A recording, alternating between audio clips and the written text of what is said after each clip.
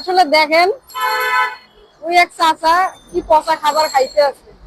ঠিক আছে, আসলে আমরা সারাদিন রোজা রাইখা তো আসলে ওনারে কিছু খাবার কিনে দেওয়ার জন্য চেষ্টা করবো। আসলে উনি ওনার ভিতর থেকে বাড়ি করে তারপর খাইতে আছে।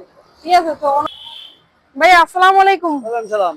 কেমন আছেন আপনি? ভালো খুব ভাই। আসলে আমি অনেকক্ষণ ধরে ফলো করতেছি, ওই যে এক লোককে দেখা যাচ্ছে হ্যাঁ। উনি আসলে পলিথিনের ভিতর থেকে পচা খাবার বাইর করে খাইতেছে। আসলে ধারণা আমার তো ওনার যদি আমরা কিছু কিনে দিই কেমন হবে?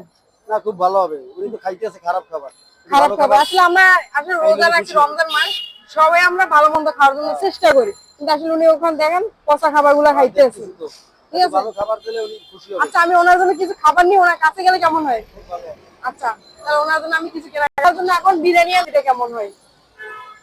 আমাদেরকে একটা বিরিয়ানি দিয়েন তো, আপনি আনার প্যাকেটের পার্সেলের।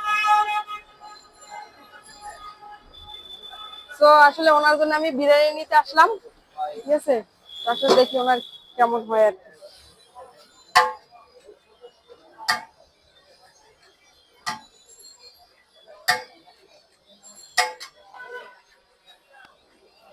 একটা পানির বোতল দিবেন।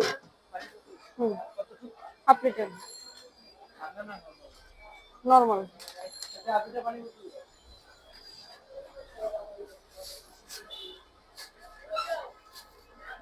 তো আসলে ওনাকে দিবে বলে আসলে আসলে উনি ভাই ওখানে একটা লোকে ওই অফার ওই দেখা যাচ্ছে পচা খাবার আসলে খাইতে আছে ওনার জন্য মূলত এটা নেওয়া। আসলে আমরা সবাই রোজা রাখছি, ইফতারের পর সবাই আমরা ভালো মন্দ খাওয়ার জন্য চেষ্টা করি।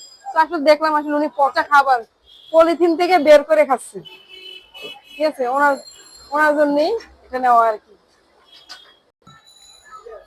তো অবশেষে আমি কিনে ফেললাম তার জন্য এটা। তো আসলে আমি ওনার সামনে দেখে আসলে ওনার অনুভূতিটা কেমন হয়।